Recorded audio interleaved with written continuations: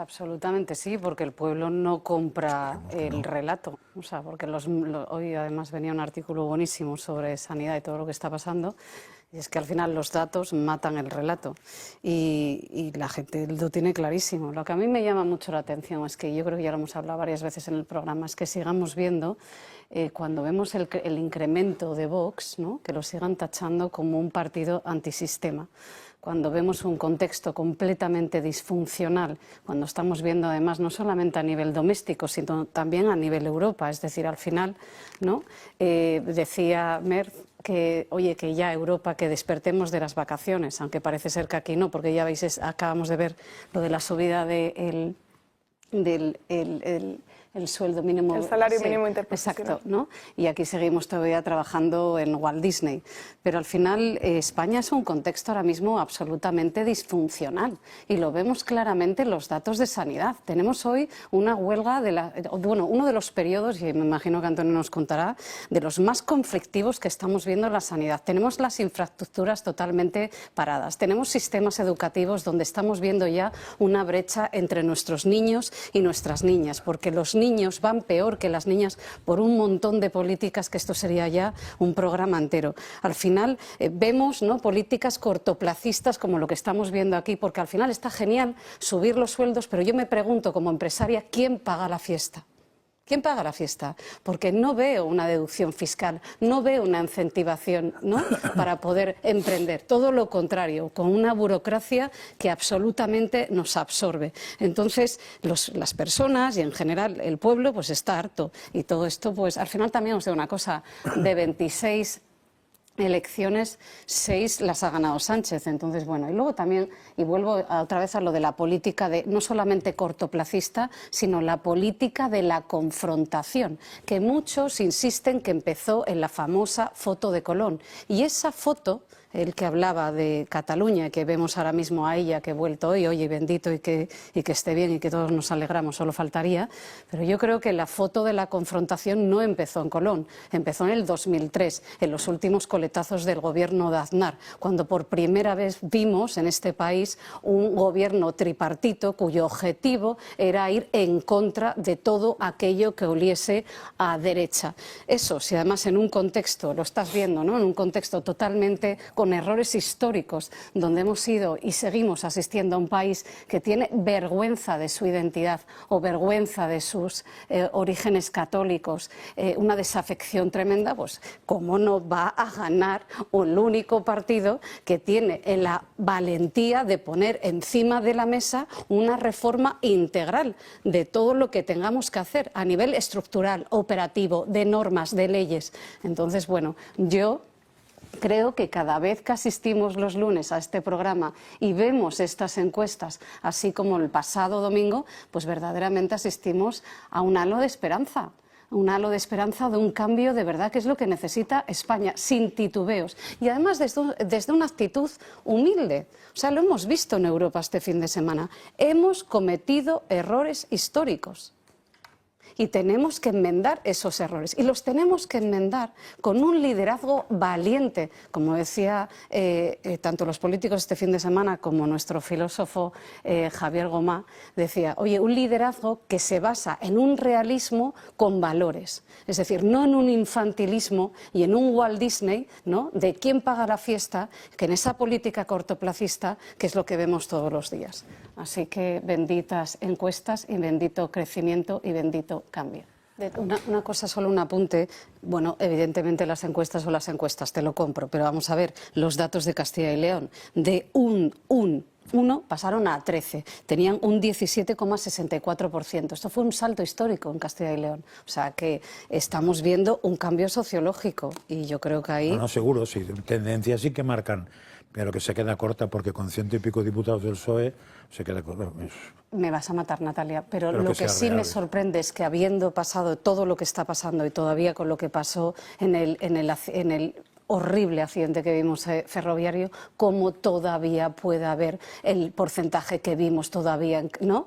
En Aragón del PSOE. Es inasumible, pero bueno, probablemente, como decía Fernández, ¿no? Quizás ese clientelismo constante y colectivismo que, entre otros, está en la política. En general, lo que venimos diciendo tanto con Mañueco como con Guardiola es que el antisanchismo no es el objetivo, porque el antisanchismo no nutre una agenda, no nutre un programa, y no estamos aquí, como decíamos, y ante todos los retos y tesituras, tanto domésticos como globales, necesitamos un liderazgo valiente que tome decisiones valientes y que verdaderamente venga a hacer un cambio, que es lo que necesitamos todos los españoles. Luego, estamos escuchando constantemente esta retahíla, ¿no? Que es como, y ahora tenemos que entendernos, y ahora es como que tenemos que entendernos, y es que es como que no te lo crees. O sea, yo los veo a todos, de adelante a atrás, ya no solamente a Guardiola, que ahora pues contesto, Natalia, pero es verdad que es como la retahíla que nos tenemos que entender, y entonces es como que le quita el propio ya significado a la palabra y la menosprecia en sí misma. Guardiola tiene salidas constantemente. Guardiola es un día una cosa, otro día otra, un día la ves como en medio de un TikTok, ¿no? Con un café llamando a no sé qué a Abascal. Yo francamente creo que los españoles, sobre todo los extremeños, una región que adolece de grandes problemas, por ejemplo en infraestructura, yo creo que necesitamos políticos serios. Eso no quiere decir que tengamos que ser grises, pero desde luego serios. O sea, yo creo que el momento TikTok a lo mejor está muy bien, no sé para quién, pero es que no nos merecemos esto. Entonces, tenemos que, y lo acabas de comentar tú también, bueno, lo habéis comentado todos, hace unos días, lo estamos viendo ya en Castilla y León, ¿no? Que Mañueco se hizo un Guardiola, perdonad la expresión, ¿sí? Pero es verdad que necesitamos un relato solvente, serio, con un tono no sé, de seriedad. Y es verdad que las derechas, y quizás esto no es lo que debería decir, en mi casa trae mucha cola cada vez que digo esto, pero es que somos muy diferentes en estos momentos, porque nos guste o no, el contexto global y el contexto doméstico ha cambiado profundamente. Entonces, es verdad que nuestro objetivo, y no por eso nutre la agenda, es quitar a este señor de donde está, porque nos lleva a todos a la ruina, si es que ya no estamos completamente arruinados, pero sí que es verdad que estamos en posiciones muy diferentes, muy diferentes. Así que, bueno, pues todo eso es como yo lo veo. Y perdona, y ya por último, y que se insisten en la actitud de Mañueco, que no quieren escuchar. O sea, y tenéis que escuchar, que necesitamos una conversación completamente diferente. O sea, que esto de que no voy a hablar, o que, como decía Fernández, pues es que es volver a esa actitud chulesca y soberbia de un partido que no quiere escuchar lo que está pasando. Y te guste o no, el pueblo está dándole el doble de votos. O sea, que algo estamos haciendo mal, señores. Sánchez ha utilizado la palabra prudencia, y no hay nada más antiprudencia, que es precisamente el relato que él ejecuta. Porque él habla y dice, ¿por qué no están aquí? No estamos ahí, y yo me incluyo, perdonad, pero yo me incluyo porque los autónomos, las pymes, los costes empresariales, la realidad que tenemos en la empresa es absolutamente, no tiene nada que ver. Hay una brecha tremenda, tremenda de una élite empresarial que además, porque el IBEX 35 va por un lado y el resto de España, el resto. O sea, y además te lo llevas a todas las regiones, a todos los sectores. No tenemos nada que ver. Yo me quedo alucinada cuando yo hablo con gente, y tú que eres de sanidad, ¿vale? Y de salud, tú hablas con gente que está en IBEX 35 y les sobran, perdonad, que me voy a ir a otro lado, les sobran las apps de mindfulness. No tiene nada que ver el mundo en el que esa gente vive, en esos territorios de las grandes compañías, los recursos que tienen, cómo estamos viviendo y trabajando la gente de a pie, los cientos de autónomos, de pymes, de comercios en un Murcia, en una Extremadura, ya por no hablar de que no tienes ni tren para poder ir a Madrid. O sea, luego te vas al banco y en el banco siguen en el siglo XVII, porque el sistema de financiación no entiende de una economía de valor, no entiende de una economía donde tú pones los intangibles, que es lo que verdaderamente tracciona riqueza y progreso. Entonces, yo me remito a lo que vimos este fin de semana en Europa, que es una política del despertar, una política que eso sí es ser prudente. Y eso sí poner encima de la mesa lo que tenemos que escuchar. Y deberían, fijaos una cosa, ¿por qué es tan difícil en este país darle la vuelta al relato? Si tenemos un país que estamos deseando, la gente joven está deseando tener relatos de esperanza, ¿por qué no aunamos en un colectivo a la mejora y al compromiso con la excelencia productiva? ¿Por qué no vamos por ahí? ¿Por qué tenemos que buscar una política, según él, de prudencia, que todo lo que estáis haciendo es levantar muros y muros y muros? Y el mayor sitio donde escenificáis el muro es precisamente en el entorno laboral, porque además nos contáis todo mentiras, insisto, son todo mentiras. Yo cada vez que llamo a mi asesoría para decirle que quiero contratar a alguien, es como si llamara a una funeraria. De verdad. O sea, Ale, ¿tú estás segura? ¿Tú estás segura? ¿Tú sabes lo del horario, esto, las vacaciones, el despido, el no sé qué? Yo el otro día intenté, una chica que me encantó el otro día, da igual, prácticas, no ha salido de la universidad, o sea, está recién licenciada. Los costes empresariales son 2.000 y pico euros de una persona que no ha movido todavía un lápiz en una empresa. O sea, quiero decirte, o sea, es absolutamente ridículo. Entonces,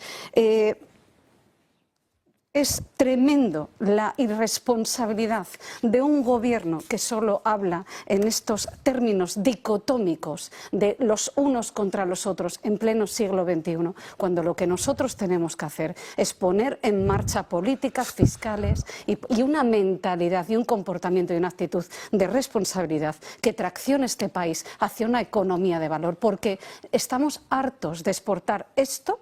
Y además estamos hartos de estar en una Europa que lo único que ha sabido exportar son normas y regulaciones. Y lo que tenemos que exportar son patentes, innovación, compromiso, excelencia y crear un futuro prometedor y de esperanza para que verdaderamente el día de mañana podamos estar todos aquí. Yo, que me ha dicho, por cierto, alguien por ahí una vez, oiga, no pidas perdón, me dijo alguien, ¿vale? Me encantan las críticas. No pidas perdón cuando tal. Bueno, yo pido perdón, por desgracia, pero me encanta además ser vehemente en esto, porque me llega al alma.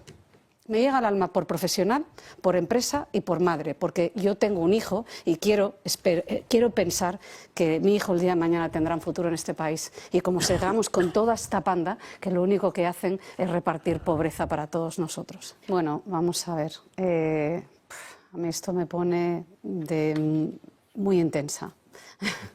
Porque lo que quiere esta señora es hacerle un café para todos. Y ella no puede hacer un café para todos. Primero porque los médicos y los facultativos tienen una media casi de 11 años de estudios. Ya no que decir que es un cuerpo, ¿no? que además tiene que estar en permanente formación, porque la ciencia, gracias a Dios, está en permanente cambio. En segundo lugar, es una cuestión de la propia diversidad. Es decir, tú probablemente, pues por la diversidad territorial, porque a lo mejor un oncólogo de dermatología pues no tiene la misma carga asistencial en un Castilla y León que puedes tener de pulmón porque es una zona minera. Por tanto, no puedes tener un café para todos y un estatuto marco porque la propia idiosincrasia de la medicina es diferente. Es decir, ya no solamente que un médico, una enfermera o personal administrativo de lo que toque sean distintos, sino que los propios territorios, cargas asistenciales, etcétera, son distintos. Luego, vamos a ver, es un colectivo que en España es tremendamente hostil. O sea, España es hostil con la sanidad. Es que estamos hablando que una persona que está entrando en su primer año de MIR está en una media de 25.000 euros, 30.000, ¿vale? 25.000, 30.000. En Alemania es una media de 60.000, que yo creo que sería lo más equitativo cuando tú miras luego los costes de vida. Si nos vamos a un especialista en España, está en torno a los 80.000. Creo, en torno de 80.000 por ahí. Pero es que tú te vas a Suiza y está, bueno, yo digo los datos que yo encontré estos días, a lo mejor no son exactos, pero que cobra un 50% menos y que cobran 4 veces más en el norte de Europa. 80.000 no gana ningún médico en España, 80.000 euros al año, sumando es decir, el salario bruto, no los cobra el médico. Estoy sin contar las guardias, ¿eh? Estoy hablando solo de... Estamos hablando de salario. Bueno, independientemente. Y estamos hablando de las 40 horas semanales. Estamos hablando de que si para ganar 80.000 euros un señor tiene que hacer 6 guardias al mes y para poder ganar en guardias que luego no le sirven computan para su pensión ni nada de esto. Es decir, con 72.000 euros brutos, con 2 guardias al mes, bueno, pues eso es lo que gana un profesional con 20 años de servicio. Independientemente, Antonio, que te lo compro y si los datos no son exactos, le pido perdón a todo el mundo nuevamente. Pero mirad una cosa, que es hostil porque no compensa, porque nuestros médicos están yéndose fuera al norte de Europa. Entre otras cosas, porque los sistemas y los modelos de gestión que tienen en otros países son precisamente flexibles y lo que tienen es un marco flexible para entender el cuerpo facultativo, porque no todos, como venimos diciendo, pueden estar bajo la misma tabula rasa. ¿Y por qué estamos con esta mentalidad? Porque es la mentalidad de una ideología constante que tiene un prejuicio constante con la política del esfuerzo, con la política del prestigio, con la política del éxito, que no lo entiendo. Porque es que los médicos, igual que el campo, son profesionales esenciales y que gracias a ellos estamos aquí. Entonces, es una mentalidad totalmente, tercermundista, que solo opera en una mujer que en este caso pues es completamente sectaria, más allá de que lo que ha dicho ella esta mañana en El País es que, hombre, que las reivindicaciones de los facultativos son abstractas, es decir, gente que está hasta los 5 años haciendo guardias de 24 horas, parece ser que son abstractas y como bien indica Antonio, encima ni te computa, ya no por entrar y para terminar en todo el cambio social, es decir, el cambio demográfico, el cambio de envejecimiento, la carga asistencial que tenemos, una sociedad que además adolece de problemas, así, porque es que ahora curamos todo con psicofármacos. Entonces, y eso no es parte, o ahí ya entraríamos en otros debates, pero bueno, mi mayor solidaridad yo trabajo mucho con salud y trabajo mucho, por cierto, he hecho proyectos de consultoría para hospitales y hospitales públicos y he visto, y creo que lo comenté más de una vez, como, pues no sé, personal de investigación que tiene que llevar el microondas porque es que estaría 1 hora para, ¿no?, el sistema burocrático que hay en el medio, porque esa es otra.